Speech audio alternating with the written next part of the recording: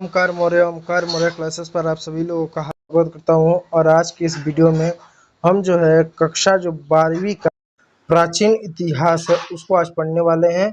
और ये जो हमारा क्लास होगा यूपी बोर्ड हिंदी माध्यम के बच्चों के लिए, जो वर्ष 2024-25 के जो बच्चे हैं उनके लिए ये क्लास होने वाला। और ये जो क्लास है न्यू पैटर्न और न्यू सिलेबस पर होने वाला है। आज के इस वीडियो में हम जो है प्राचीन भारत का जो इतिहास उसका अध्याय 1 ईंट मनके तथा अस्थियां इस चैप्टर को पढ़ने वाले हैं। और साथ ही साथ इस चैप्टर का जो पीडीएफ है वो आपको Omkar Maurya classes Telegram channel पर आपको फ्री ऑफ कॉस्ट में दिया जाएगा। तो पीडीएफ पाने के लिए आप टेलीग्राम चैनल को ज्वाइन कर सकते हैं। और देर न करते हुए इस जो चैप्टर को जो स्टार्ट करते हैं पढ़ना। और इसका एक थोड़ा सा हम परिचय ले लेते हैं। तो आप देख सकते हैं यहाँ पे इसका परिचय के रूप में क्या दिया हुआ है। पहले मैं पेन का कलर चेंज कर लूँ और आप देखिए। सिंधु घाटी की सभ्यता का उद्भव ताम्रपाषाण काल में भारतीय उपमहाद्वीप के पश्चिमोत्तर क्षेत्र में हुआ था। अब देखिए दोस्तों, ये बता रहे हैं कि जो सिंधु घाटी का जो सभ्यता का जो उद्भव है वो ताम्रपाषाण काल में होता। किस काल में होता? ताम्रपाषाण काल में होता। अब बहुत सारे बच्चों को डाउट होता है कि ताम्रपाषाण काल क्या है। देखिए, जो मानव जगत का जो विकास हुआ, जो मानव सभ्यता का जो विकास हुआ, कई सारे चरणों में और कई सारे कालों में हुआ था, जिसमें से पाषाण काल और ताम्रपाषाण काल ये और लौह युग ये प्रमुख रहे हैं। जिसमें से जो ताम्रपाषाण काल रहा है वो ताम्रपाषाण काल युग रहा है। इस युग में सिंधु घाटी सभ्यता रही है। जो ताम्रपाषाण काल रहा है यह वह युग रहा है जिस समय मानव सभ्यता तांबे का बड़े पैमानों पर प्रयोग करती थी। इस समय तांबा का लोगों को ज्ञान था। तांबे के बने जो घरेलू वस्तुएं हो गए, जो औजार हो गए कृषि के, इस तरह की चीज़ों का प्रयोग जो करते थे वह सामान्यतः संभवतः जो क्या था, तांबे से बना हुआ था। और उसके बाद आया लौह युग जिसमें लोहे का लोग प्रयोग करते हैं। जिससे आज का जो हमारा जो समय है उसको हम क्या बोलते हैं? जैसे बोलते हैं ना कि कलयुग चल रहा है, तो कल का मतलब होता है लोहा, जिसे लोग बोलते हैं ना कि कलयुग चल रहा है। तो भले ही हमारा हिंदू धर्म शास्त्र कलयुग को कुछ और बताता हो, कुछ और कहता है, लेकिन आधुनिक विज्ञान और इतिहासकार कलयुग का मतलब मानते हैं। कल का मतलब होता है लोहा और युग का मतलब होता है दौर। तो कल युग का मतलब वो दौर हुआ यानी लोहे का दौर वाला समय है। तो इसलिए हमारे वर्तमान समय को लोग कलयुग कहते हैं, क्योंकि वर्तमान समय में हम लोहे का बड़े पैमाने पर और बहुत ज़्यादा प्रयोग करते हैं। तो यहाँ पे ये दिया है कि सिंधु घाटी सभ्यता का उद्भव ताम्रपाषाण काल में हुआ था। उस समय जब मानव सभ्यता तांबे के उपयोग करते थे, तांबे का प्रयोग करते थे, और इस समय लोहे का ज्ञान नहीं था। और ताम्रपाषाण काल में भारतीय उपमहाद्वीप, तो ताम्रपाषाण काल में हुआ था कहाँ पर हुआ था? भारतीय उपमहाद्वीप। और बहुत सारे जो बच्चे हैं उनको उपमहाद्वीप को लेकर बहुत सारी समस्या आती है, क्योंकि बच्चे तो महाद्वीप को जानते हैं कि एशिया एक महाद्वीप है, यूरोप महाद्वीप है, अफ्रीका महाद्वीप है, उत्तरी अमेरिका, दक्षिण अमेरिका एक महाद्वीप है, लेकिन वो उपमहाद्वीप को नहीं जानते। देखिए, भारतीय उपमहाद्वीप क्या है? जो आपका ये भारत है, ऐसा सपोज कीजिए जैसे भारत है, ये पाकिस्तान है, ये आपका जो है नेपाल है, ये आपका भूटान है, और ये आपका म्यांमार है, और ये आपका बांग्लादेश है। तो ये सारे जो लोग क्या करते हैं एशिया के बाकी देशों से, ये समुद्र से इधर इधर आपका समुद्र है, समुद्र से अलग है। और इन क्षेत्रों में क्या क्या पर्वतों से अलग है, कुछ इस तरीके से ये क्या पर्वतों से अलग है, जिस वजह से क्या एक उपमहाद्वीप का निर्माण करते हैं। इस तरह से क्या ये पर्वतों से अलग है, इस तरह से पर्वतों से क्या अलग है, और यह समुद्र से अलग है। इस वजह से ये क्या एक महाद्वीप का निर्माण करते हैं। तो आपका जो श्रीलंका हुआ, पाकिस्तान हुआ, नेपाल हुआ, भूटान हुआ, म्यांमार हुआ, बांग्लादेश हुआ, ये सारे क्या एक भौगोलिक प्राकृतिक सीमा का निर्माण करते हैं। इस वजह से अब इन क्षेत्रों को भारतीय उपमहाद्वीप कहा जाता है। कभी कभी हम अफगानिस्तान को भी इसके अंदर हम शामिल कर लेते हैं। तो अफगानिस्तान, पाकिस्तान, नेपाल, भूटान, श्रीलंका, बांग्लादेश, म्यांमार, ये सारे मिलकर एक भौगोलिक सीमा तैयार करते हैं, जो पर्वतों और समुद्रों से एशिया एवं विश्व के बाकी देशों से एकदम अलग है, जिस वजह से इसको भारतीय उपमहाद्वीप की संज्ञा दी जाती है। तो फिर इस लाइन को मैं रिपीट कर दूं, क्या दिया हुआ? दिया है कि सिंधु घाटी सभ्यता का उद्भव ताम्रपाषाण काल में भारतीय उपमहाद्वीप के पश्चिमोत्तर क्षेत्र में हुआ था। यहाँ पे एक शब्द दिया है पश्चिमोत्तर क्षेत्र। पश्चिमोत्तर क्षेत्र का मतलब क्या हुआ? जैसे ये आपका जो है, आपका ये क्या है, भारत हो गया, ठीक है। ये आपका नेपाल हो गया, भूटान हो गया, बांग्लादेश हुआ और म्यांमार हो गया। ये आपका क्या, पाकिस्तान हो गया। तो ये वाला जो हिस्सा हुआ, ये वाला जो आपका हिस्सा हुआ, ये कौन सा हिस्सा हुआ, ये हिस्सा जो हुआ आपका, ये वाला जो हिस्सा हुआ, ये पूर्व का हिस्सा हुआ, पूर्व का हिस्सा हुआ। और ये वाला जो हिस्सा हुआ, ये वाला हिस्सा हुआ, ये पश्चिम का हिस्सा हुआ। तो क्या हुआ कि भारतीय उपमहाद्वीप के पश्चिमोत्तर क्षेत्र में हुआ था। तो यानी इन हिस्सों में हुआ था, इन हिस्सों में क्या हुआ था, इस सभ्यता का विकास हुआ था, ठीक है। वर्तमान में ये एक परिचय हम देख रहे हैं, ये क्या परिचय हम देख रहे हैं, परिचय देख रहे हैं। अभी हम परिचय बस देख रहे हैं कि सभ्यता का भौगोलिक विस्तार कहाँ था, किन क्षेत्रों में पाया जाता। उसके बाद हम समझेंगे कि सिंधु घाटी सभ्यता क्या होती है, इसके बारे में हम पढ़ने और समझने का प्रयास करेंगे। तो क्या पश्चिमोत्तर क्षेत्र में हुआ था, जो वर्तमान में भारत, पाकिस्तान तथा अफगानिस्तान के कुछ क्षेत्रों में अवस्थित है, इन क्षेत्रों में पाया जाता है। ये आपका क्या भारत है, आप सपोज कर लीजिए, ये आपका पाकिस्तान है और ये अफगानिस्तान है, ठीक। तो इन क्षेत्रों में क्या, इन क्षेत्रों में जो आपका जो है, तो इन क्षेत्रों में जो,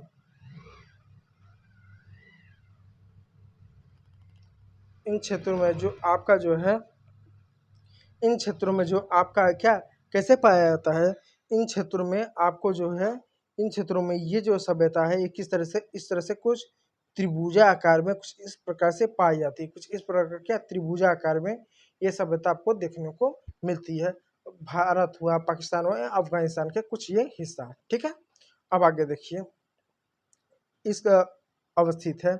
इस काल की सभी संस्कृतियों में सिंधु सभ्यता सबसे विकसित और विस्तृत और उन्नत थी। यानी जिस काल में ये सभ्यता पाया गया था, उस समय पूरे विश्व में छोटी बड़ी बहुत सारी सभ्यताएं थी, बहुत से, जैसे मिस्र हुआ, मेसोपोटामिया हुआ, ऐसे बहुत से छोटे मोटे बहुत सभ्यता थी। लेकिन ये सभ्यता बाकी सभ्यताओं से एकदम विकसित थी, विस्तृत थी, यानी बहुत ज़्यादा विकसित थी, इसका बहुत ज़्यादा विकास हुआ था और बहुत बड़ा था। और इसके साथ ये उन्नत था। क्या ये जो सभ्यता कैसी थी, बहुत ज़्यादा क्या विकसित, विस्तृत और उन्नत अवस्था में थी। इसे हड़प्पा सभ्यता भी कहते हैं। अब सवाल होता है कि इसको हड़प्पा सभ्यता क्यों कहते हैं, क्योंकि ये तो बहुत अजीब बात है कि समझ लीजिए कोई एक व्यक्ति है, उसका एक नहीं बल्कि उसका 3 नाम है, 2 नाम है। तो सामान्य तौर पर किसी व्यक्ति का एक ही नाम होता है, यदि किसी व्यक्ति का 2 या 3 नाम होता है तो उसके पीछे एक कारण होता है। तो अगर इस सभ्यता के 3 या 2 नाम है तो कोई कारण तो होगा। तो पहले इसका नामकरण को थोड़ा सा समझ लेते हैं। देखिए, इसको एक, इस सभ्यता को लोग जो है हम हड़प्पा सभ्यता भी कहते हैं। हड़प्पा सभ्यता क्यों कहते हैं, क्योंकि सर्वप्रथम 1921 में हड़प्पा नामक एक स्थल है, वहाँ से इस सभ्यता की जानकारी मिली।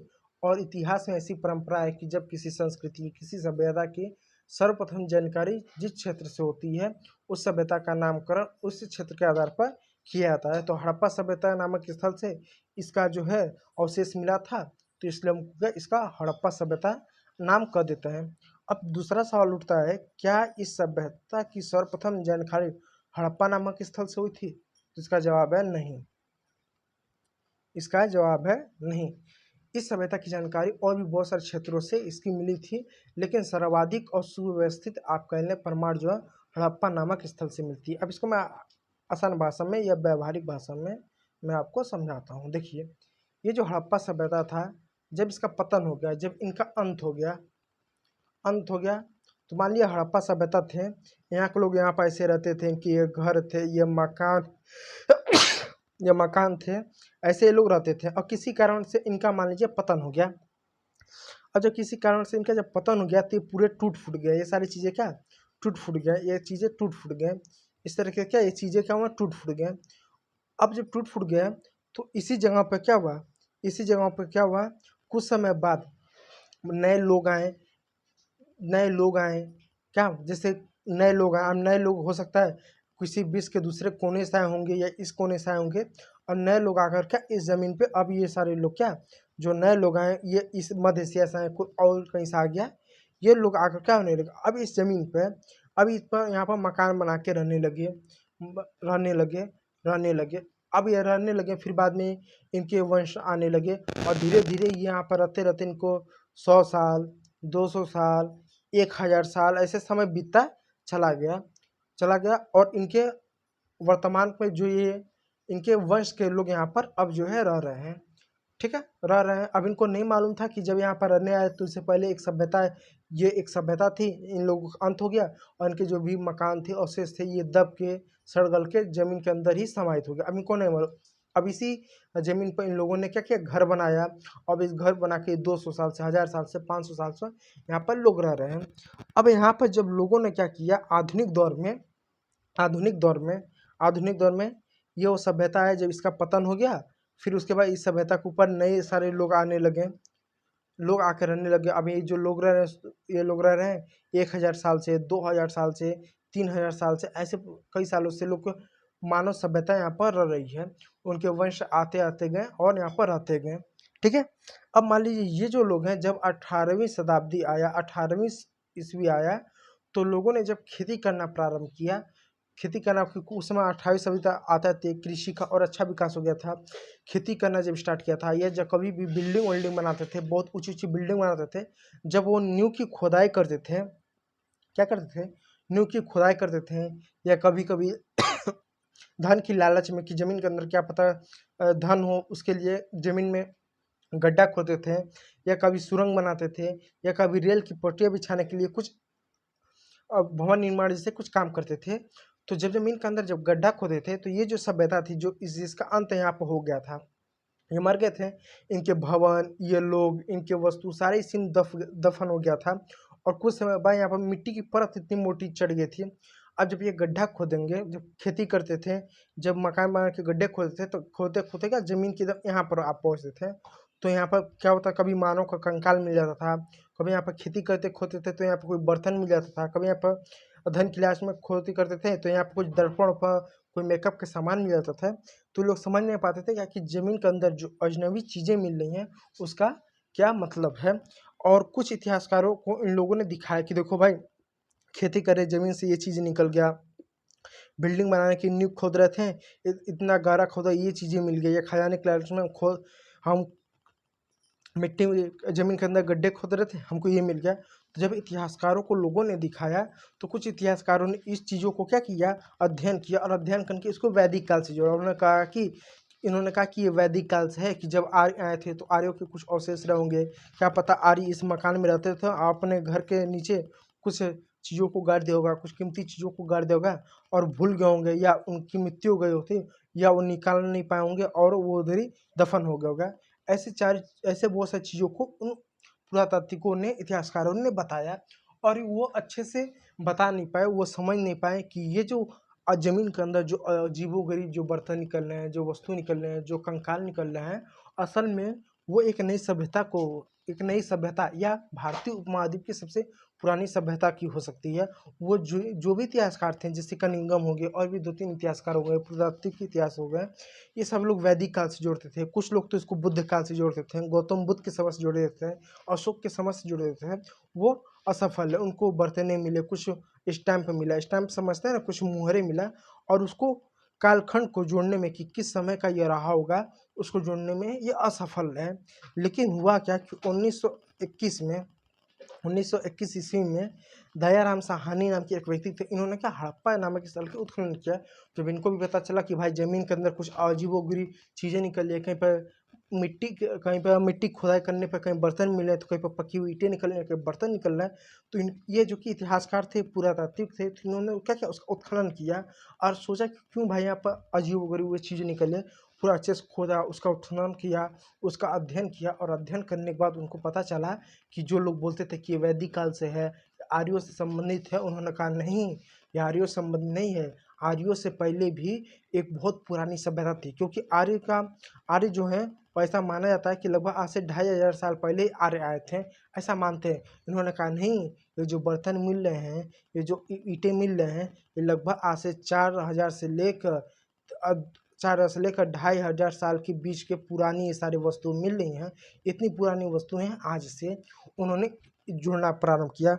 फिर उसके बाद क्या हुआ, दयाराम साहनी जब इन्होंने उत्खनन कार्य किया, जब इन सभी चीज़ों का प्रमाण दिया, तो उस समय अब भारत में अंग्रेजों का शासन था 1921 में, तो उस समय पुरातात्विक संरक्षण विभाग के जो अध्यक्ष थे वह जॉन मार्शल थे। तो जॉन मार्शल को उन्होंने क्या किया था, सारे सबूत दिया था, सारे प्रमाण दिया था, और वर्ष 1923 में जॉन मार्शल ने पूरे विश्व के सामने ये घोषणा की कि भारतीय उपमहाद्वीप में जो भारत का इलाका है, जो पाकिस्तान का इलाका है, जो कुछ अफगानिस्तान के इलाका है, इस क्षेत्र में एक सबसे पुरानी सभ्यता का पता चला है। क्योंकि इससे पहले 1921 पहले क्या हम मानते थे कि भारतीय उपमहाद्वीप में जो आपका ये भारत है, जो आपका पाकिस्तान है, जो आपका अफगानिस्तान है, जो नेपाल है, जो भूटान है, जो म्यांमार है और जो आपका बांग्लादेश है, हम मानते थे कि इन क्षेत्रों में मानव सभ्यता की उत्पत्ति गंगा के नदी के किनारे हुई थी। और कब हुई थी? आज से 2500 वर्ष पहले हम मानते थे। आज से 2500 साल पहले मानव का विकास, मानव का आरंभ गंगा के मैदान में हुआ था, एक विकसित एक तरह से।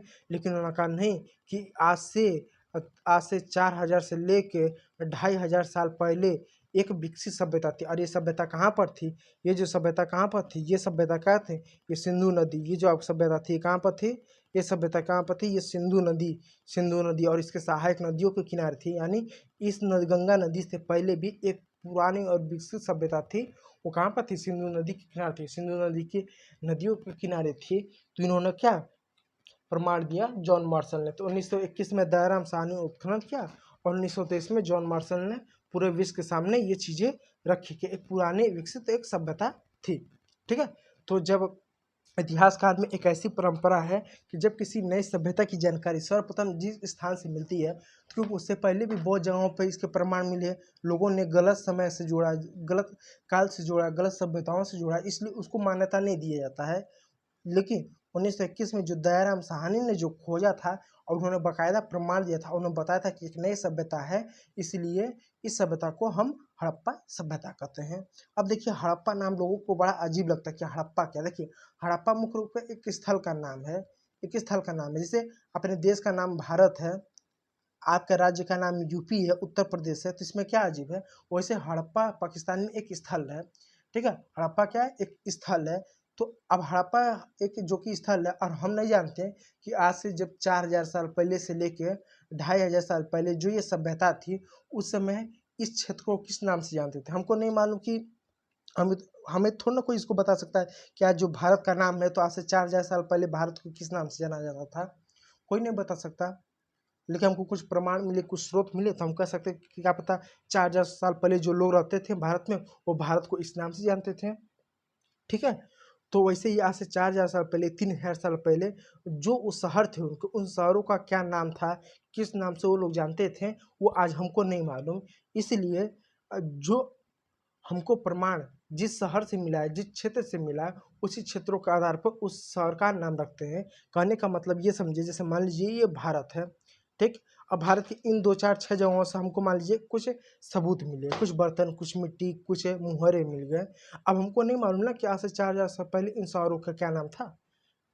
लेकिन हम जानते हैं ना कि आज इनका नाम मोहनजोदड़ो है, आज इनका नाम जो है हड़प्पा, आज इनका नाम लोथल है, आज इनका नाम धौलावीरा है। तो आज के नाम के आधार पर उन शहरों का नामकरण हमने कर दिया। हमको नहीं मालूम कि 4000 साल पहले क्या नाम था। ठीक है, तो ये जो आपको जो मोहनजोदड़ो, जो हड़प्पा, जो लोथल, जो धौलावीरा, जो चौहंदड़ो, जो स्थल मिलेंगे, वर्तमान में ये नाम है, वर्तमान में ये शहर है। लेकिन हमको नहीं मालूम ये शहर जो आज इनके जो नाम है वो 4000 साल पहले इनका क्या नाम था। ठीक है, तो हड़प्पा एक स्थल, इसीलिए हड़प्पा सभ्यता भी इसको कहते हैं, क्योंकि 1921 में सर्वप्रथम 1921 में हड़प्पा सभ्यता का उत्खनन किया गया था। अब देखिए, हड़प्पा नामक स्थल से ही इस संस्कृति के संबंध में जानकारी मिली। इस स्थल से ही इस संस्कृति के संबंध में ठीक ठाक अच्छा खासा जानकारी मिली। सिंधु सभ्यता अनुकूलता के मध्य उत्पन्न हुई थी, जिसका ज्ञान, और जो सिंधु सभ्यता तो अनुकूलता यानी भौगोलिक स्थिति अच्छी थी, क्योंकि जहाँ पे सभ्यता विकसित हुआ वहाँ पर 7 नदियाँ थी। कितनी नदियाँ थी? जैसे सिंधु नदियाँ हुआ, रावी है, चेनाब है, सतलुज है, ब्यास है, झेलम है, फिर अफगानिस्तान की काबुल नदी है। ऐसे 7 नदियाँ थी। इन 7 नदियों के किनारे ये सभ्यता विकसित हुई थी। इस वजह से इस सभ्यता को लोग सिंधु सभ्यता भी कहते हैं।